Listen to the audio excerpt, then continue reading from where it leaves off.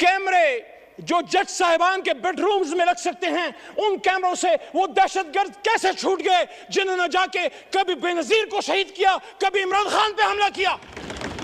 पिंडी जरूर जाएं, सिरी पाए खाने जाएं।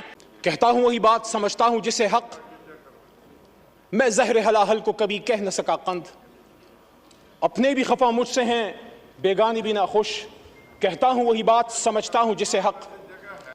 पाकिस्तान तो नहीं बदला, कभी बेनजीर भुट्टो की तरह, शहीद की तरह बाप फांसी पे चढ़ चुका है, बेटी को पाकिस्तान में रहने की इजाजत नहीं, मां समेत उसको मुल्क से दरबदर कर दिया गया, जो वो पता नहीं 17, 18 या 20 साल की होगी। उसी रावलपिंडी में लियाकत अली खान शहीद हुआ, लेकिन कायदे ऐवान तो था, उसको इसी पाकिस्तान में वजीराबाद में गोलियां मारेगी। 4 गोलियां खा के वो